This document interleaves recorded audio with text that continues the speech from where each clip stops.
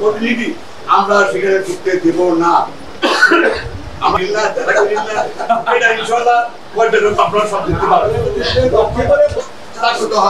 কারণ এক এক জেলায় এক এক দিন মিটিং দিয়েছে, প্রথম শুরু হবে ওই জেলা পরিষদের মিটিং শেষ হওয়া পর্যন্ত, কিন্তু কালকে তাদের বক্তব্যের মাধ্যমে আপনাদের কাছে আমাদের এই নিউজটা আমরা আপনার উপস্থিত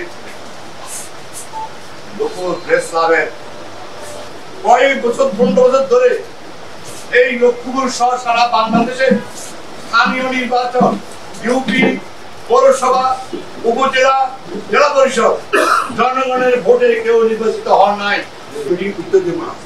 আমরা বিচার চাই, আমরা পুনরায় নির্বাচন চাই, অথবা সরকারের প্রতিনিধি আছে তার দায়িত্ব নেই, আমাদের কোনো আপত্তি নেই।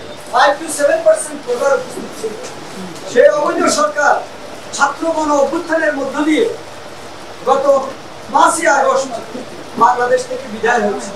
কিন্তু তাদের প্রেতাত্মা যারা, তারা এখনো বাংলাদেশের বিভিন্ন স্থানীয় সরকার প্রতিষ্ঠানগুলোতে বসে আছে।